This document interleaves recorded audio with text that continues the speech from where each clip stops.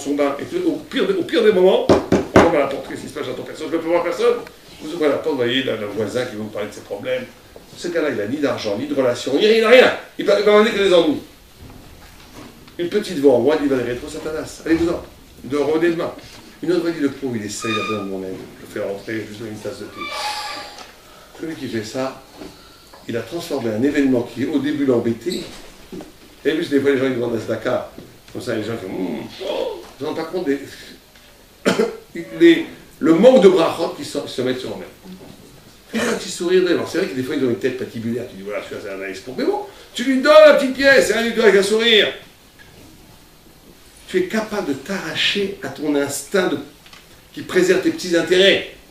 Tu es capable de faire un acte désintéressé pour quelqu'un d'autre. Tu as pris cet inconvénient, tu l'as pris pour quelque chose, au contraire comme une relation avec Dieu. Quand tu fais ça, les anges tournent autour de son compte.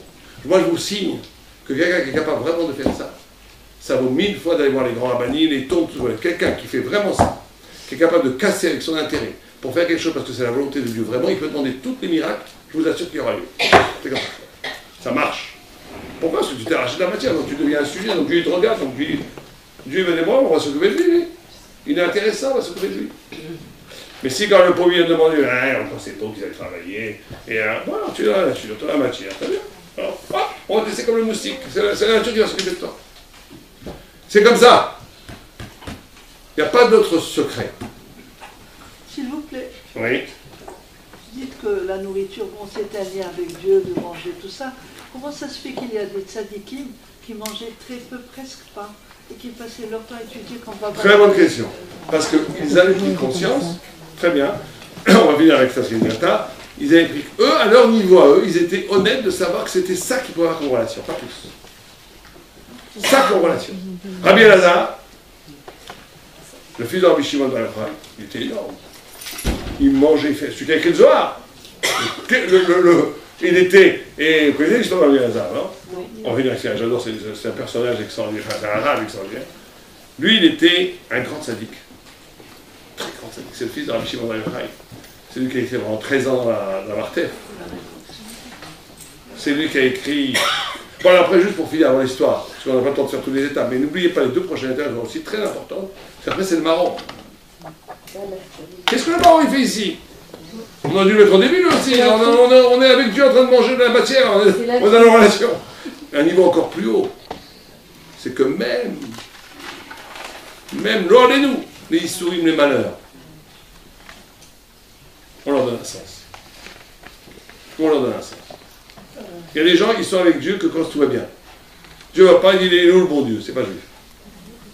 Il y a écrit dans la Torah Koret Brit. C'est quoi Koret Brit? Koret, ça veut dire séparer. Brit, ça veut dire l'alliance. Non, en français, comment on dit? On ne dit pas séparer une alliance. On dit comment on dit en français? Nouer une alliance. Maintenant, divorcer une alliance. On dit quoi? On dit nouer une alliance. En hébreu, on dit séparer une alliance. C'est bizarre, hein? Le gars de Vilna explique comme ça, il dit parce que quand à la Torah les gens s'aimaient, qu'ils se séparaient, ils prenaient une assiette. Dans certaines fiançailles, on fait dans ça, on prend une assiette, on la coupe en deux, et on dit je te donne une partie de moi, je te donne une partie de toi, ce qui est à moi est à toi, ce qui est à toi. Même si on est séparés par le temps, l'espace, on est ensemble. Ça veut dire que l'idée est extraordinaire, Corinne Brie. C'est-à-dire que quand quelqu'un est fidèle à sa femme ou fidèle à son ami, quand il est avec lui au restaurant, c'est pas une entreprise. Quand il est fidèle, quand il est seul dans un hôtel à Bangkok, c'est ça la vraie alliance. La vraie alliance, c'est de rester fidèle même quand l'autre n'est pas là. Si l'autre est là, je suis fidèle, ça ne veut rien. Donc, Koret Brit, ça veut dire, tu sais, même quand je suis séparé de Dieu, je suis avec Dieu. Même à Auschwitz, je suis avec Dieu. La première chose qu'on fait à un converti, c'est quoi, Brit? Pour lui dire, jusqu'à maintenant, tu avais besoin de voir Dieu. Tu avais besoin de créer des idoles, de le voir pour y croire. Être juif, c'est quand même quand tu ne vois plus rien, tu ne comprends plus rien. Et qu'est-ce qui s'est passé à Auschwitz? Que ces enfants qui meurent. En Israël, les pauvres, ils sont assassinés par les infâmes terroristes. Je dis, mais pourquoi? On pourrait dire pourquoi?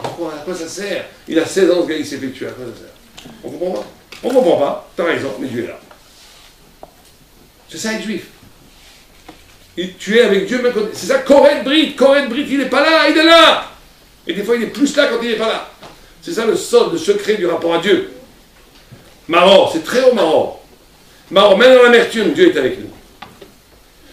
grâce à l'amertume, il est avec nous. Pas l'amertume, il est avec nous. Parce que c'est une relation qui n'est pas... Quand vous êtes fidèle parce que vous voyez, quand vous êtes fidèle parce que Dieu vous donne des bonbons, vous donne de l'argent, vous donne de la santé, ça veut dire que vous êtes dans l'idolâtrie. On est dans la matière. J'ai besoin je prends ce qui me convient et voilà. Quand tu es avec Dieu, quoi qu'il arrive, ça veut dire que ça ne dépend de rien. Ça veut dire que c'est irréductible. Ça veut dire que c'est inexpugnable. Ça veut dire que ça ne peut pas être dissous. Ça veut dire que c'est éternel. Ça veut dire que c'est en essence. C'est ça la vraie